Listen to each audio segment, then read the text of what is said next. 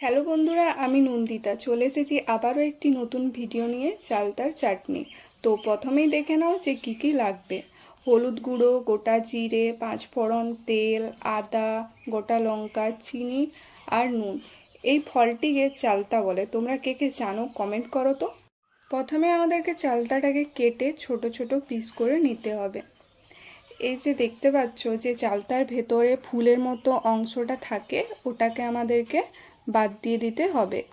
আর চালতার দু সাইডে যে শক্ত ছালের মতো অংশটা থাকে, সেটাকে আমাদের ছুলে নিতে হবে। এরকমভাবেই ছোট ছোট পিস করতে হবে। তারপর আমাদের সব পিসগুলো ছোট ছোট করে কাটার পর চালতাটা আমাদেরকে ধুয়ে পরিষ্কার করে নিতে হবে। এরপর একটা সিলের মাধ্যমে আমাদেরকে এটাকে থেঁতো করে নিতে হবে, যেন সব কটা চালতার ছোট ছোট পিসই থেঁতো করা হয়। তো দেখতেই পাচ্ছ আমাদের সব চালতার পিসগুলো থেঁতো করা হয়ে গেছে।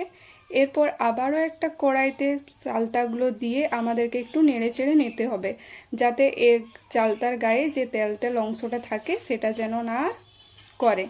এরপর পরিমাণ মতো লবণ দিয়ে এটাকে আমাদের নেড়ে নিতে হবে। কিছুক্ষণ নেড়ে নেওয়ার পর এটাকে আমাদের নামিয়ে নিতে হবে। তো আমাদের চালতাটা প্রায় হয়ে এসেছে।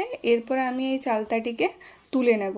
তো দেখো আমি চালতাটিকে তুলে নিচ্ছি। এরপর আবার ওই কড়াইটিকে ভালোভাবে ধুয়ে পরিষ্কার করে নিয়ে কড়াইটি বসিয়ে দিয়েছি। এরপর কড়াইটি গরম হয়ে আসলে তার মধ্যে আমাদেরকে কিছুটা পরিমাণ তেল দিতে হবে। তেলের মধ্যে পাঁচফোড়ন আর গোটা জিরে আর শুকনো লঙ্কা আর আদা দিয়ে এটাকে আমাদের ভালোভাবে ভেজে নিতে হবে। এটা একটু ভালোভাবে ভাজা ভাজা হয়ে গেলে তার মধ্যে আমাদেরকে চালতাগুলো দিয়ে দিতে হবে। চালতাটিকে আমাদেরকে ভালোভাবে ভেজে নিতে হবে। 2 থেকে 3 মিনিটের মতো চালতাটিকে আমাদের ভাজতে হবে। যখন দেখবে যে চালতাটা পুরোপুরি ভাজা হয়ে গেছে, তার মধ্যে আমাদের পরিমাণ মতো লবণ দিতে হবে। যেহেতু আমি আগে একবার লবণ দিয়েছিলাম, তাই কিছুটা কম পরিমাণে লবণ দিলাম। আর হলুদ দিয়ে এটিকে আমাদের ভালোভাবে ভেজে নিতে হবে।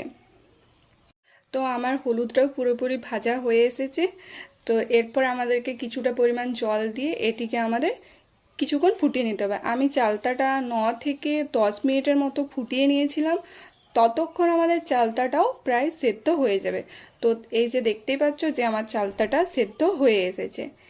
এরপর আমাদেরকে এটার মধ্যে কিছুটা চিনি ব্যবহার করতে হবে। আমি যেহেতু মিষ্টি খেতে একটু বেশিই ভালোবাসি, তাই আমি বেশি চিনি ব্যবহার করেছি। তোমরা যেরকম মিষ্টি খাও সেই রকম চিনি ব্যবহার করবে।